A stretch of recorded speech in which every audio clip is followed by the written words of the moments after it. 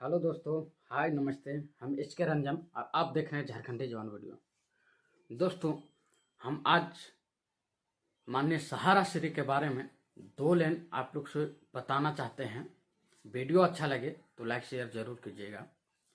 और हमको बोलना है कि देखिए, सहारा श्री का जन्म 1948 ईस्वी में 10 जून 1948 ईस्वी में हुआ था और एक व्यवसाय के व्यक्ति के घर में हुआ था। तो शुरू से ही उनका एक व्यवसाय से जुड़ा हुआ था नाता। और उन्होंने 1978 ईस्वी में कंपनी का स्थापना किया, सहारा इंडिया परिवार, जिनका उन्होंने चेयरमैन रहे। और उनको सभी लोग सहारा श्री भी बोलते हैं।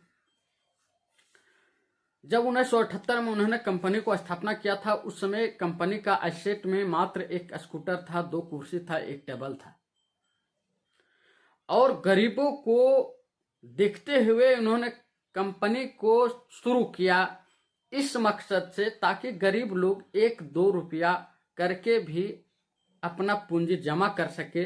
और मोटा पूंजी जब जमा हो जाएगा तो वो अपना पूंजी को बढ़ा सकता है और काम कर सकता है, कोई अच्छा काम कर सकता है।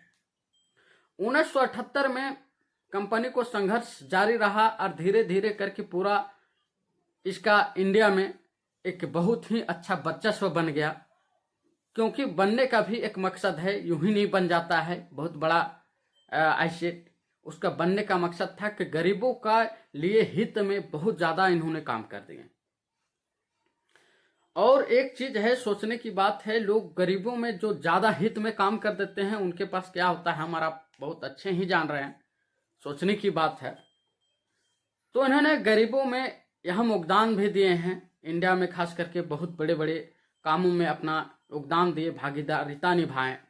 जिस समय कारगिल का युद्ध हो रहा था, उस समय 526 लमसम शहीद हो गए थे सैनिक। उसमें 300 परिवार को, सैनिकों के परिवार को पूरा जिम्मा ले लिया, भरण पोषण पढ़ने लिखने का पूरा जिम्मा सहारा इंडिया ने ले लिया। और एक एक करके 300 परिवार, उस समय जो माननीय प्रधानमंत्री स्वर्गीय अटल बिहारी वाजपेयी जी थे, और उस समय संबोधन भी किए थे कि ऐसा और परिवार आके भागीदारिता निभाए ताकि लोगों को एक अलग महत्व हो। उन्होंने अपने भाषण में भी बोले थे। और वही सहारा इंडिया अभी भी है। लेकिन देखिए, इसको ऐसा जकड़न में जकड़ लिया गया है। ऐसा जकड़न में जकड़ने के कारण इन्होंने हाथ पैर तो खूब मारे, लेकिन निकल नहीं पाए, क्योंकि ऐसा ही जकड़न था। रही बात, लोग बोलते हैं सहारा इंडिया में पैसा डूब गया, उग गया। तो देखिए, सहारा इंडिया में एक गुमटी वाले जो है ना, गुमटी वाले 100-150 रुपया डेली जमा करते हैं। वो कई एक बार पेमेंट ले चुके हैं। 50-50 रुपया जो जमा करते थे, वो कई एक बार पैसा वहां से निकाल कर बड़ा दुकान का रूप दे दिए हैं। जो साइकिल से सामान बेचता था और 50 और 100 रुपया डेली जमा करता था, वह अपना 2 व्हीलर गाड़ी से या वैन से लेने का काम सहारा इंडिया ने किया है। क्योंकि देखिए, पेमेंट इसका जब भी गड़बड़ हुआ है तो लॉकडाउन के कारण हुआ था। और लॉकडाउन का कारण इसलिए हुआ क्योंकि इसका एनआई बंद कर दिया गया। लॉकडाउन में ऑफिस बंद हो गए थे, तो इनका पैसा आना बंद हो गया था। रहा बात, पैसा भी आता है तो उनके इस पर एम्बार्गो लगा दिया गया था। रहा बात, अब जिसका पेमेंट हो चुका था उसका पैसा ऑलरेडी सीआरसीएस मतलब कहिए सेबी के पास जमा करा लिया गया था। तो बहुत तरह का, तमाम तरह का कानूनी प्रक्रिया इस पर लादा गया, जो बेवश होकर इस हाल में सहारा इंडिया को मतलब हम लोग कभी देख रहे हैं। हम 10 साल इसमें इन्वॉल्व रहे, कोई दिक्कत नहीं, कहीं नहीं, पेमेंट तो हो ही रहा था। पेमेंट इस बराबर बोला है, पेमेंट में कोई दिक्कत नहीं होगा, पेमेंट सबको करना है।